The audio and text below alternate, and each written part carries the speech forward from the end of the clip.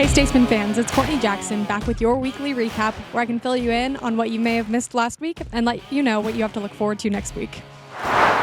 On Saturday, our men's and women's track and field teams traveled to the Grinnell Invitational, where the men finished first out of 7 teams and the women finished 5th out of 6 teams. The men came home with a trio of event wins as Lovelace took home the gold in the 400-meter dash, Stottlemyre took home the gold for the Statesmen in the shot put, and Lovelace, Boughton III, Foster, and Williams brought home a victory in the 4x4. On the women's side, Williams walked away with a victory for herself in the 400, and 7 other Statesmen were able to rack up top 10 finishes. Women's wrestling had one match this last week against Baker.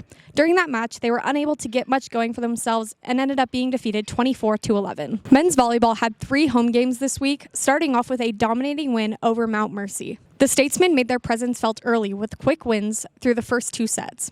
Mount Mercy fought back during the 3rd set and went up 22-15, but the Statesmen battled back as Torres served 10 in a row to give the Statesmen the sweep. They then hosted number 11, Missouri Baptist, where they fell behind early, going down 2-0. They fought their way back to a 35-33 victory in the 3rd set, thanks to a big block by Figge and Reddick. The Statesmen once again took their opponent into extra points and came out on top in the 4th set, then dominated the 5th and final set to beat Missouri Baptist in 5 sets. This game was followed by another home game against Health Sciences and Pharmacy, where the Statesmen won in 3 sets. Women's basketball collected their 3rd win of the season this last week against Peru State, where they carded a season high of 79 points in the game.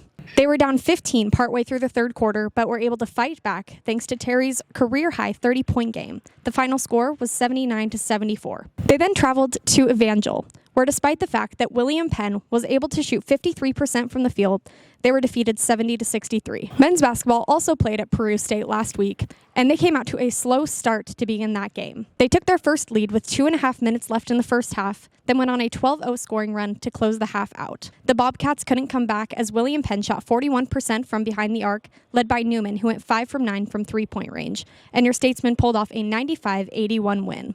The team then traveled to Evangel, where the Statesmen took a strong 11-0 run to start the game that was not held for very long. Evangel fought back to finish the half up 39-38. Evangel held on to that small lead until the final seconds when 2 missed free throws for Evangel led to a contested lay-in by Thomas for the Statesmen. Thomas got the shot to fall, and Evangel could not convert with the last second, giving William Penn an 85-84 victory.